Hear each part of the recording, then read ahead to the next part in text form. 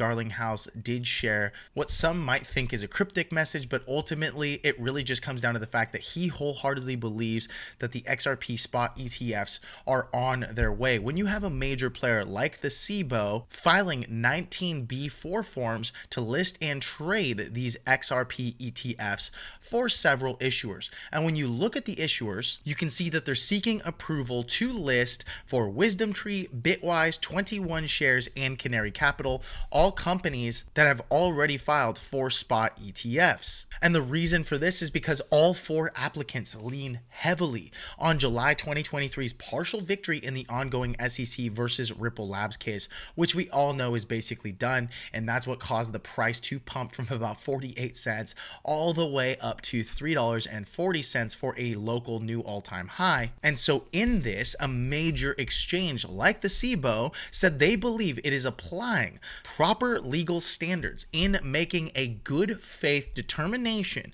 that XRP is not under these circumstances a security under federal law. So that's why they're being so bold as to do this, because these companies want to get ahead, and SIBO wants a lot of that exchange volume because they know what's coming. They know the amount of demand that their investors have for XRP. Think about it. If you could not invest in XRP in a regulated manner, and then you continue to call the SIBO and you continue to complain that they don't offer XRP, when you get enough of that, the SIBO is going to say, man, there's some serious demand here. We need to double down and get ahead of the curve. And so Ripple and the team are on the right track. They know go where the money is, which is why they've always been aiming to work with banks and institutions to service everyone else, because that's where all the money is. The problem was that SEC lawsuit and battle. But now that that's basically over, they have officially partnered with Ondo Finance, which is one of the best in class when it comes to real world asset tokenization. And as you can see here, they just announced a platform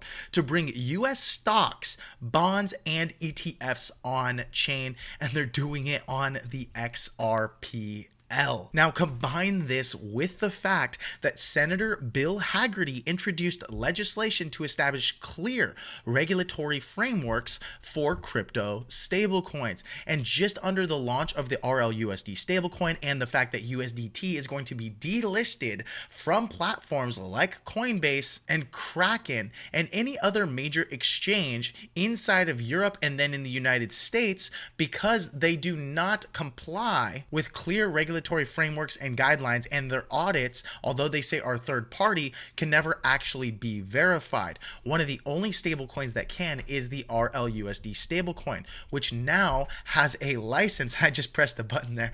Now has a license in New York to operate in a regulated manner. And so recently, Cointelegraph just announced that the US, in discussing this bill to regulate stablecoins, will impose a 2-year ban on those backed solely by self-issued digital assets. We learned the hard way when it came to all of these major crypto company collapses in 2022. In other words, they can't issue their own token and then sit on that token and say that is how we're backing our stablecoin. Instead, they would actually need to hold other assets for stability. And the Treasury is tasked with assessing their risk to establish a regulatory framework for market stability and security. And here is that bill. And in the